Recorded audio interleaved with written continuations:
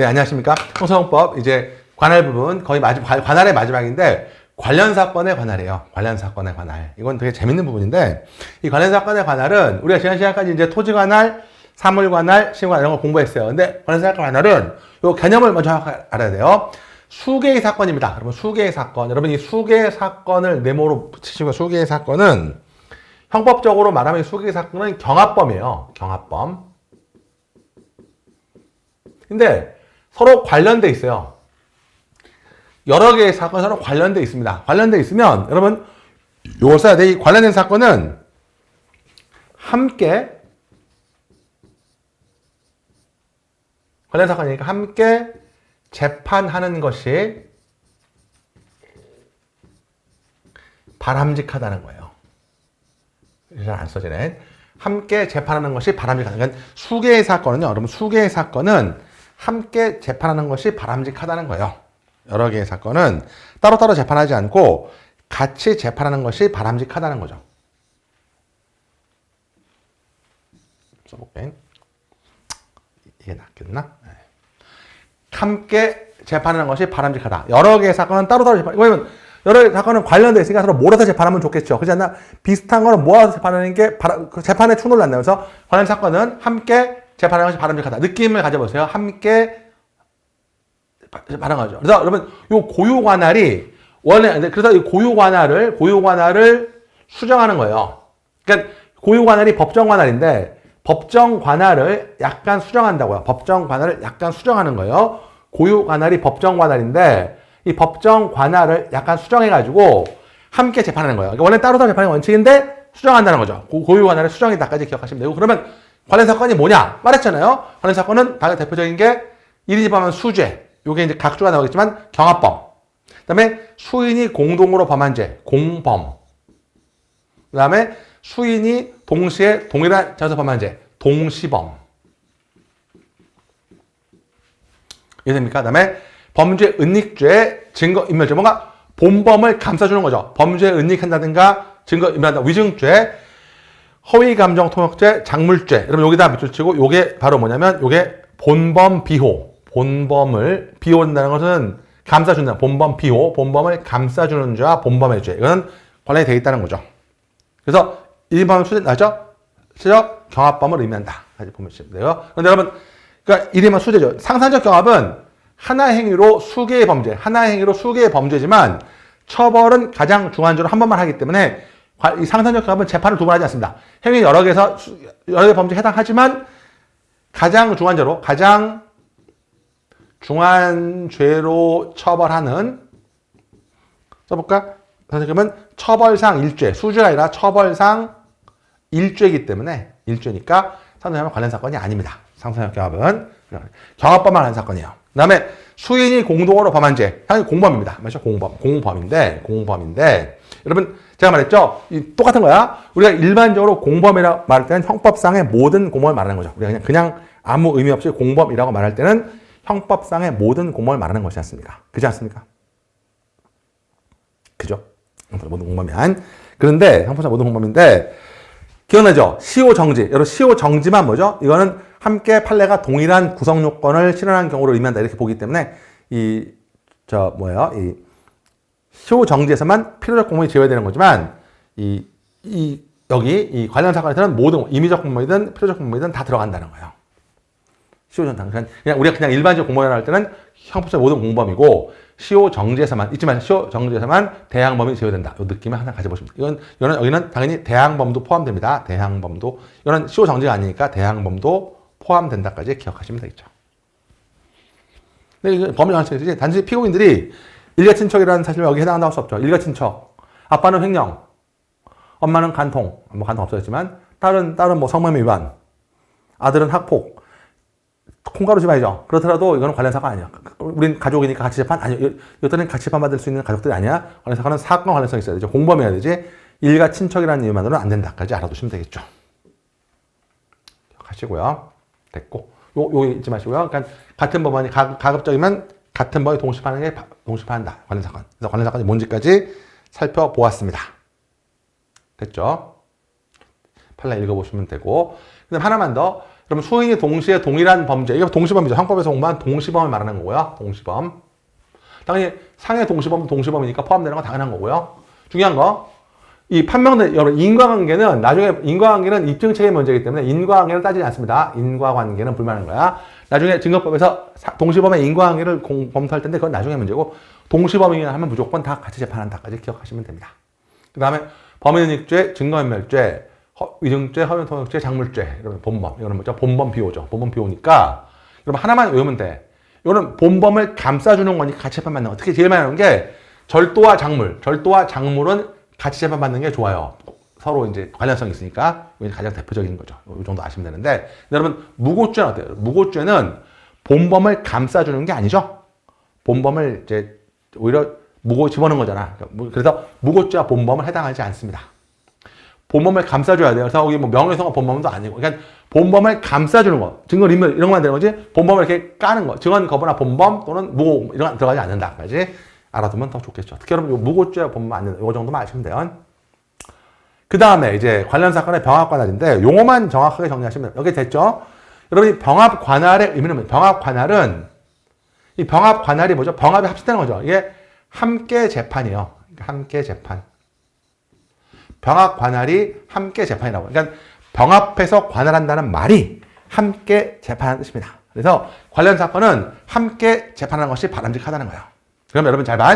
이게 어떤 얘기냐? 그래서 관할 확장이라고 되어 있는데 옆에다 하나 관할 확장에 써볼까요? 이거는 고유 관할의 수정이에요. 고유 관할이 뭐라고요? 수정. 그럼 여러분 옆에다가 그림만 한번 그려볼게요. 그림만 그려보면 이게 일반적으로 어떤 경우냐면 용어를 익히셔야 돼요. 자, 여기 A 사건은요. A 사건은 갑 법원이, B 사건은 을 법원이. 메모 좀 해볼게요. 그럼 A 사건, B 사건, 수개의 사건이요. A 사건, B 사건, 수개의 사건이지. 그렇나요? 수개의 사건인데, 요 A 사건, B 사건이, 그러니까, 관련성이 인정되는 거예요. 애들이. 관련 사건이야. 앞으로만. 그러니까, 수개의 사건은 관련 사건이죠. 그러면, 이제, 여기서 중요한 게 뭐냐면, 갑법원의 A 사건, 요거는 고유 관할이라고 부르고요. 고유 관할. 당연히 을법원의 B 사건도 고유 관할이 되는 거예요. 근데 이걸 수정해서 이렇게 따로따로 재판하면 불편하니 이거를 이렇게 하지 말고 A 법원에다가 몰빵을 주든지, 갑법원에 몰빵을 주든지 아니면 을법원에 몰빵을 주든지 하자는 거예요. 함께 재판, 갑법원이 두 개를 같이 재판하자는 거죠. 그러면 편의상 갑법원 할게. 갑법원으로 몰아주자는 거야. 같이 재판하게. 따로따로 하지 말고. 이게 관련 사건의 재판이죠. 그럼 요 갑법원은 A 사건이 고유 관할이었죠. 갑법원이 여기에 갖는 관할 있죠. 요거를 우리가 관련 사건 관할이라고 부르죠. 관련 사건 관할이라고 부르는 거죠. 고유 관할 있고 관련 사건 관할이 있고 이렇게 된다는 거예요. 즉 그래서 관할이 확정되는 거예요. 원래 내가 한 사건인데 확정된다는 겁니다. 이해됩니까? 그래서 피고인도 한 법원에만 나가면 되고 좋잖아. 그지? 그리고 또 판결이 달라질 염려도 없고 그래서 굉장히 좋은 점이 있다는 거죠. 그래서 취지는 여러분 읽어보시고 그래서 그게 바로 용어만 익히시면 됩니다. 요거를 고유 관할이라고 부르고요. 고유 관할. 원래 하던 고유 관할이고 관련 사건이기 때문에 같이 재판하게 되면 요거를 관련 사건 관할을 부르는 거죠. 여기다 제가 쓰진 않겠지만 마찬가지로 을법원은 B 사건이 고유 관할이잖아. 근데 만약에 을법원이 요걸 다 재판하게 된다고 쳐봐요. 만약에 을법원이 요걸 다 재판하게 된다라고 치면 이때는 요게 고유 관할이고 요게 관련 사건의 관할이 되는 거예요. 이해되시죠? 요게 이제 그 개념만 정확하게 기억하시면 됩니다. 그럼 그 다음에는 이제 용어로 익혀야 돼요. 그런데 여러분 일단 어떤 걸 보셔야 되냐면 용어를 익혀야 되는데 용어를 좀 해야 되겠지? 올려야 되겠네요. 여러분 이게 있잖아. 9조 5조 이렇게 됐죠? 9조 5조 있고 그 넘어가면 10조 넘기고 10조 6조가 있어요. 규칙은 뭐 가볍게 보니까 9조 5조가 있고 10조 6조가 있어요. 그런데 어떤 거냐면 여러분 요게 용어부터 체크를 할게. 여러분 거기 2번에 보면 반가로 2번에 용어 좀 볼게요. 이게 몇 페이지죠? 몇 페이지냐면 409페이지에 409페이지에 반가로 2번에 관련 사건의 병합 관할이라고 되어 있죠. 여러분 요 병합 관할이라는 말은 자 여러분 관련 사건의 경우 일단 먼저 관할 법원을 지정해야 돼요. 관할 법원을 정해야 함. 그러니까 법화라는 걸 눌러서 차근차근 들어가야 돼. 그러니까 이렇게 관련 사건이 있을 때 도대체 어떤 법원에 몰빵을 줄 거냐. 그걸 먼저 정해야 돼요. 그죠? 그러니까 바로 그냥 몰빵하는 게 아니라 도대체 어느 법원에, 그러니까 두 개의 법원, 이렇게 두 개의 법원에서 얘들 갑한테 할지 을한테 할지 이 관할 법원을 먼저 정해야 합니다. 그게 관련 사건의 병합 관할이에요. 여러분 논리적으로 차근차근 들어야 돼. 관할 법원이 어딘지를 먼저 정해야 합니다. 맞습니까? 정해지면 이제 올릴게요. 이렇게 정해지면 반가로 3번으로 하는 거죠. 관련 사건의 심리라, 관련 사건을 말하고 심리라고 했죠. 심리는 좀 어렵게 되어 있는데 몇 페이지죠? 이 410페이지에 관련 사건의 심리는 요거는 이제 정해졌죠? 정해졌을 때 심행은 병합 절차를 공부해야 돼. 그러니까 차근차근 해야 돼. 그러니까 먼저 이렇게 관련 사건이 있을 때 어느 법원이 할지를 먼저 정하고요. 어느 법원을 먼저 정하고 그 다음에 어떻게 한다고요? 그 정해졌으면 어느 법원한테 몰빵을 줄 건지 그걸 몰빵을 정해졌으면 이제 그 법원을 모은 절차 이제 절차를 짜야죠. 어떻게 옮길 건지를 정해야 돼요. 이 갑법원이 하던 A 사건을 일로 어떻게 옮길지 정해야 돼요. 그래서 먼저 법원을 정하고 그 다음에 정합 절차를 하는 거예요. 그래서 다시 이제 좀 어렵게 돼 있는데 조문이 어렵게 돼 있지만 정리해야 돼요. 그 우리가 지금 막 본 5조 구조하고 5조는요. 이 구조하고 5조는 지금 여기 본 대로 어느 법원이 관할할까를 정하는 법이에요. 그러니까 관할법은 어디냐? 그러니까 관련 사건이 있을 때 도대체 관할법원은 어디로 할까를 정하는 게 바로 5조 구조의 정신이에요. 5조 구조야. 그래서 쉽습니다. 의외로 쉬워요. 자, 보면 사물 관할이 다르다. 그러면 요거 사물 관할이 다르다는 얘기는 잘 봐야 돼. 그리고 들어가기 전에 중요한 영어 빼먹었네. 요걸 그러면 어느 걸 정할 텐데 여러분 여기 사물 관할도 있고 토지 관할도 있지. 그래서 중요한 건 여러분 요거 정해야 돼. 사물 관할이 중요한 겁니다. 토지 관할이 중요한 게 아니라 사물 관할이 중요하다. 항상 우리의 느낌 맞아야 돼. 우리한테는 토지 관할이 중요하지 않고 사물 관할이 중요하다는 거죠. 그러니까 이게 사건이 중대하냐 경미하냐가 중요하지 지역이 어디냐 서울이냐 대구냐 이런 게 중요한 게 아니라는 거죠. 도대체 사건이 중대하냐 경미하냐가 중요한 것이지 이 어느 법원이 그러니까 지역이 어디냐는 중요하지 않다는 겁니다. 이해됩니까? 그래서 먼저 그러면 잘 봐요. 어렵지 않습니다. 사물 관할을 달리한다라는 얘기는 사물을 달리한다는 얘기는 하나는 합의부고 하나는 단독 판사라는 얘기입니다. 이해됩니까? 그러면 이게 높낮이가 이게 차이가 있잖아. 3명, 1명, 쪽수가 많잖아. 이때는 관할 법원이라고요. 합의부가 병합 관할, 합의부가 관할권이 있다는 거죠. 그러니까 하나의 한 사건은 단독 판사가 하고 있고, 근데 이게 관련됐을 때는 합의부가 관할권이 있다는 거예요. 여기까지 이해되십니까? 합의 관할권이 있다는 건 어렵지 않죠? 그러니까 이 갑법원 1법인데 이게 합의부고 이게 뭐죠? 이게 단독 판사. 그러면 갑법원이 몰빵이 된다는 거예요. 이해되죠? 근데 요 표현만 조심하면 돼. 요게 좀 어려운 5조, 이게 구조고요. 이게 구조고. 5조가 어려운데 5조는 지금 별표가 3개 있죠? 뭐 구조도 별표 3개 있지만 중요하다고요? 토지 관할이 다르다. 여러분 요 표현인데 우리가 인생에서 토지 관할이 다르다라고 말할 때는 요거 조심해야 돼요. 사물 관할은 동일한데 토지 관할이 다른 거야. 그러니까 사물 관할이 다르면 높낮이가 있는 대로 가면 돼요. 지역 관계없이. 근데 토지 관할이 다르다는 얘기는 사물 관할은 똑같다는 거예요. 그 얘기는 뭐냐면 근데 여기다 쓰면 서울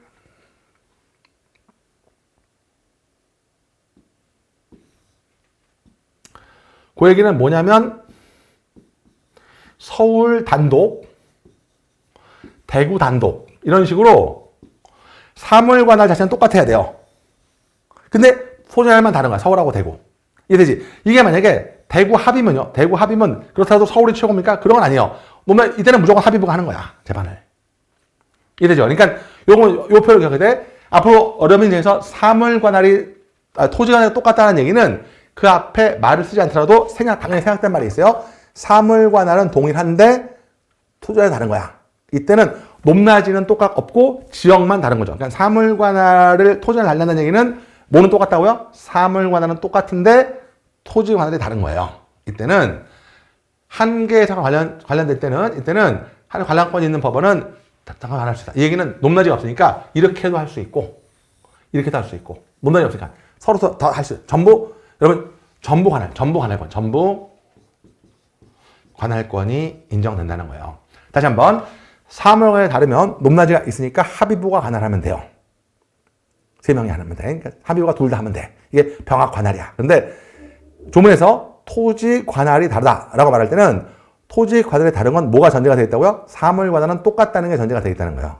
말 없더라도. 그러니까 똑같으니까 이제는 뭐죠? 높낮이가 없으니까 이때는 전부 다 관할권이 있다는 겁니다. 상황 이해되십니까? 이게 바로 5조 9조의 정신이에요. 여기까지 이해되시죠? 이해되십니까? 그 점 기억하시고요. 그 다음에 요걸 정리해서 그러면 이제 이렇게 정리됐죠? 이제 합쳐야 돼. 합쳐야 됩니다. 합쳐야 될 때 제가 할게 관련한 심리입니다. 먼저 나눠서 할게. 심리인데 심리에서 병합하다니까 심리의 편에서 여러분 심리를 병합할 수 있어요. 잘 봐. 심리를 병합할 수 있어요. 자, 이제 관할 병합했으니까 그 정해진 법안에다가 몰빵을 해줘야 돼. 병합할 수 있죠. 재량이야. 이건 애당초 여러 개의 사건이었고, 그 다음에 관련 사건이기 때문에 병합이 재량이니까 당연히 분리도 재량인 거예요.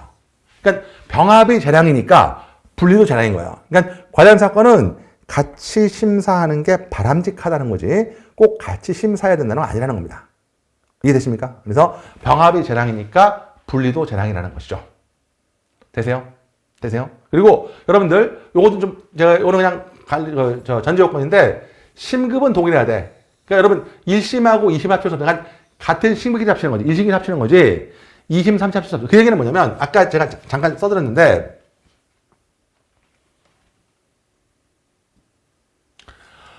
여러분들 1심이 단독이면 2심은 합의부잖아요. 2심은 합의부지. 3심은 대법원이고. 기억나세요?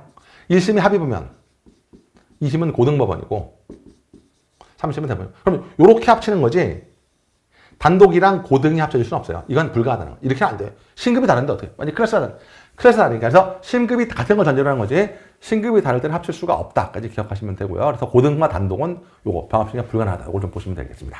그러면 잘 봐요. 아까 구조에서 사물관에 다르면 여러분 누가 관할권이 있다고 했어요? 합의부가 관할권이 있다고 말씀드렸죠? 이때는 합의부 관할권이 있으니까 관련 사건이 합의 단독 있죠? 여기까지 구조에 나온 거 아닙니까? 그러면 아까 제가 합의부에 관할권이 있다고 말씀드렸습니까? 이때 다 합의 있으니까 어떻게 돼요? 합의부가 결정으로 단독한 사건을 병합심리할 수 재량입니다. 합의부가 결정하는 거야. 이게 절차야. 한번 결정을 줘야 돼. 야, 나한테 보내라고 결정하는 거죠. 절대 여러분 요거 단독 판사가 결정하는 거 아니야. 너 따위가 아니라 합의부가 결정해서 합의 결정해서 나한테 보내라. 그래서 병합 심리할 수 있다는 겁니다. 이해되십니까? 이해되세요? 우리 경찰 요것만 기억하시면 돼. 합의 결정으로 합하는 거야. 그럼 반대로 여기 쳤죠? 그럼 아까 토지 관할이 다른 경우라는 얘기는 뭐죠? 사물 관할은 똑같다는 거죠. 토지 관할이 다르다는 것은 사물 관할은 똑같다. 6조인데 5조 6조인데 그러면 토지 관할이 다르다라는 얘기는 뭐라고요? 사물 관할은 똑같다는 얘기 아닙니까? 이때는 높낮이 앞에서 전부 관할권이 있었잖아. 이때는 누가 조정해 줘야 돼요. 그러니까 이때는 위에 없으니까 바로 위에 상급법원이 요거 제일 어려운데 이때는 높낮이가 없으니까 바로 위에 상급법원이 검사나 피고인의 신청에서 신청이 있어요. 결정으로 한 개 법원한테. 그러니까 예컨대 이걸 다 지우고 다시 써볼게. 아까 이제 또 지웠네. 갑법원이 A 사건.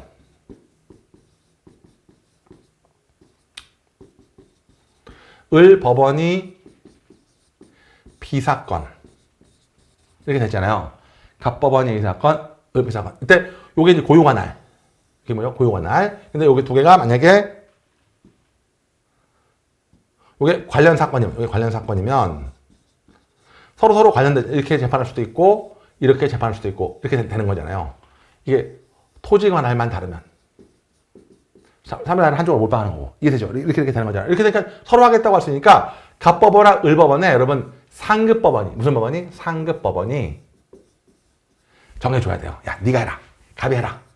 아니다. 의뢰해라. 이런 식으로 상급법원이 조정을 해줘야 돼요. 그러니까 이렇게 토지관할이 병합되면 이 조문만 잘 읽으면 돼. 토지관할이 병합되면 상급법원이 등장해가지고 네가 해라. 내가 이렇게 조정을 해주는 거죠. 근데 상급법원은 이 재판에 공소된 법원이 아니니까 상급법원이 이렇게 드론을 띄워놓고 보고서 조정할 수 없어요. 그래서 상급법원은 반드시 신청이 있어야 돼. 상급법원은 갑툭튀할 수 없잖아. 그러니까 신청이 이거 직권으로 상급법원이 직권으로 나올 수가 없어요. 직권은 절대 안 되고 아니 지금 상급법 위에서 지켜보고 있다가 그냥 튀어나올 수 없다고 반드시 신청해야 돼. 아직 정해줘요. 라고 반드시 신청을 해야만 나오는 거예요. 그래서 항상 여러분 인생에서 상급법원은 자기 발로 직권으로 뛰어나오지 못하고 뭐죠? 신청 있을 때만 나와가지고 그러면 이건 네가 하는 게 좋겠네 라고 할 수 있다는 거죠. 할 수 있어요. 근데 이것도 역시 병합은 재량이니까 병합 심리하게 해야 되는 게 아니라 할 수 있다는 거예요. 이해되겠어요? 그리고 이제 이 판례는 너무너무 중요한 판례가 소개가 되어 있는데 이 판례는 별표를 3개쯤 쳐줘야 돼요. 그래서 중요한 내용을 담고 거의 역시 마지막인데 이 판례 담고 있는 건 뭐냐면 자 우리가 잘 봐요. 이 판례만 정해보자. 토지 관할이 다르다는 얘기는 사물 관할은 같다는 거예요. 항상 그런 거야. 토지 관할이 다르다는 얘기 뭐라고요? 사물 관할은 같다는 거예요. 잘 안 보시나? 크게. 자, 지울게. 다시 한번 쓸게. 자, 토지 관할을 달리한다는 얘기는 사물 관할은 같다는 얘기입니다. 이해되겠습니까? 같다는 얘기예요. 이해되겠어요? 이때는 높낮이가 없으니까 직근 상급법원이 정해줘야 되죠. 직근 상급 정해줘야 되는데 너무 크겠네. 직근 상급법원이 정해줘야 되는데 이 직근 상급이잖아. 상급은 급이 다른 거죠. 그래서 상급이 다르면 이거 보세요. 각급 법원의 설치와 관할 구역이에요. 상급, 각급. 절대로 여러분 요게 옆에 쓸게. 법원 조직법이 아닙니다. 법원 조직법이 아니고 각급 법원의 설치와 관할 구역이라는 법률상의 상급 법원을 말하는 거예요. 상급이니까 각급, 상급. 법원 조직법이 아닙니다. 이게 첫 번째 시험에 나올 수 있고요. 그러면 상급법은 뭐냐? 상급은 항상 이거는 절대 법원 조직법은 단독하고 합의부를 말하는 거기 때문에 이건 합의부를 말하는 게 아니고 이 상급은 지방법원의 상급이 고등법원의 상급이 대법원이에요. 이거만 조심하시면 됩니다. 그러니까 상급은 고등법원 아니면 대법원이에요. 근데 공통된 상급법원이니까 고등법원이 같으면 그 고등법원이 공통되니까 다르면 대법원까지 해야 돼요. 대법원이 직근 상급법원이 된다는 거죠. 그것만 조심하면 돼요. 그래서 법원 조직법이나 직근 상급법이 된다까지만 요 판례만 잘 기억하시면 됩니다. 됐습니까? 그래서 법원 조직법이 아닙니다. 법원 조직법이 아니라 각급 법원 설치와 관할 구역이고 그래서 고등법원 아니면 대법원이지 합의부가 아니다. 이건 정말 중요한 판례입니다. 잘 기억하시고요. 그래서 요 법원이 정하는 거예요. 이번에 별표 3개 치시고요. 그 다음에 그러면 이렇게 해서 몰빵하는 거죠. 그리고 항상 누누이 말하지만 여러분 우리가 토지가 다르다는 얘기는 요거 잊지 마세요. 토지가 다르다라고 얘기할 때는 한 거죠. 사물 관할은 같은데 토지가 다른 거예요. 그럼 여러분 요거만 하나 연습해 볼게. 우리가 그러니까 직근 상업법에 나오는 경우는 사물 관할은 같은데 토지 관할이 다른 경우를 말하는 거예요. 토지가 다르다는 얘기는 그러면 여러분 한번 요걸 분석해 볼게. 자, 느낌 보세요. 마산 지방법원 항소부, 부산 고등법원. 느낌상 둘 다 2심이야. 둘 다 몇 심? 2심. 맞지? 요 그림으로 아까 지었나? 2심인데 항소부는 어디서 올라왔겠어요? 마산 단독에서 올라온 거겠지. 그지? 그 다음에 부산 고등법원은 부산 합의부에서 올라왔겠지. 1심이 합의부일 때는 고등으로 오고. 그래서 이거는 사물관할 자체가 다르잖아요. 사물관할 자체가 다른 거기 때문에 이때는 직근 사물관할이 다르다는 거예요. 사물관할이 같이 하지 않기 때문에 이때는 여러분 여기 해당하는 얘기는 이때는 직근 상업법이 나오는 게 아니라 그냥 부산 고등법원이 결정하면 돼요. 이때는 좀 어려운가? 직근 상급법원이 결정하는 게 아니라 부산 고등법원이 결정하면 됩니다. 여기까지 이해되십니까? 이해되세요? 그리고 잊지 마세요. 직근 상급법원은 절대 자기 발로 기어 나오지 못해요. 기어나오지 못하고 반드시 신청해야 되니까 신청서를 제출해야 돼요. 직근 상급법원한테는 항상 신청서를 제출해야 됩니다. 여기까지 이해되십니까? 잘 기억하시고요. 이제 정말 중요한 말씀입니다. 여러분 이 복습하실 때 5조, 6조, 구조 10조를 일단 읽어보시는 게 핵심입니다. 그리고 병합은 언제나 재량이다까지 정리하시면 되겠습니다.